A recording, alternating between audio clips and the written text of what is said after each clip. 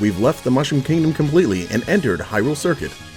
Yes, when Mario Kart 8 on the Wii U introduced Link as a playable racer, we also got a course to race on straight from the Zelda series. And how appropriately it's the final race of the Triforce Cup. You know, I've already covered half of this cup before, and we haven't even left C tier. Man, I guess that final track is really gonna have to do some heavy lifting. Hyrule Circuit took a smart approach to Mario Kart. With so many Zelda games, it would have been easy to make a track based around the most recent Zelda game, which would have been Skyward Sword, or the most iconic, likely Ocarina of Time, but instead decided to make the track an original take on Hyrule. It makes for an easier time designing a track that isn't constrained to the limitations of the particular world. The circuit as a whole is centered around Hyrule Castle, and what a grandiose castle it is. It is smaller than most of Bowser's castles in Mario Kart, but everything about the detailing screams The Legend of Zelda. The ornate designs, the shapes of the structures, and the Master Sword sitting in the center chamber. For that extra attention to detail, the stained glass windows also have the symbols of each of the sages from Ocarina of Time. Speaking of the Master Sword, it isn't just for show.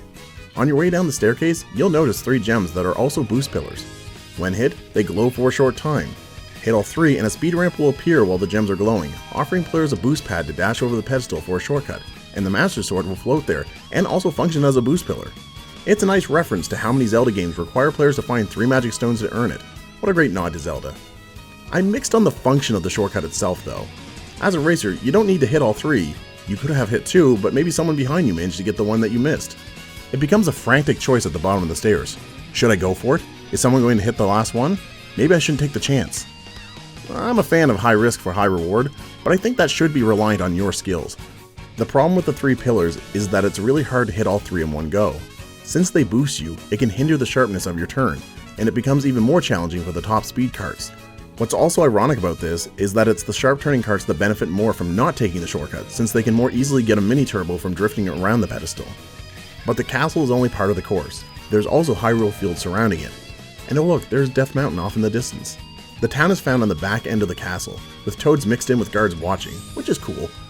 Once you drive past the final watchtower, which you can shortcut with a well-timed drift or a mushroom, you also see the first dangers of Hyrule Field.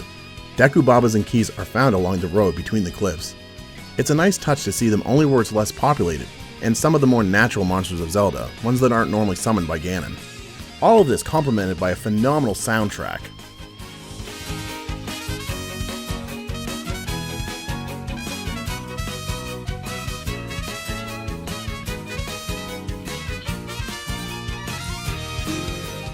The road continues to bend pretty sharply.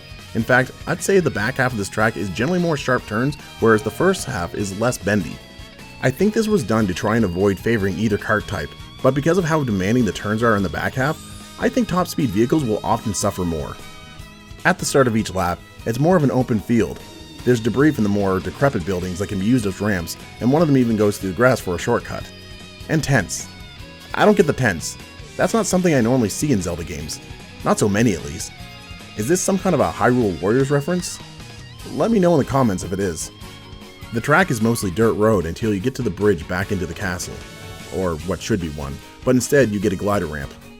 I guess even back 10 years ago, Nintendo knew gliding was coming for Zelda. Talk about attention to detail. Speaking of attention to detail, I'm sure you've noticed by now, but this is one of those tracks that goes the extra mile and gives you rupees in place of coins.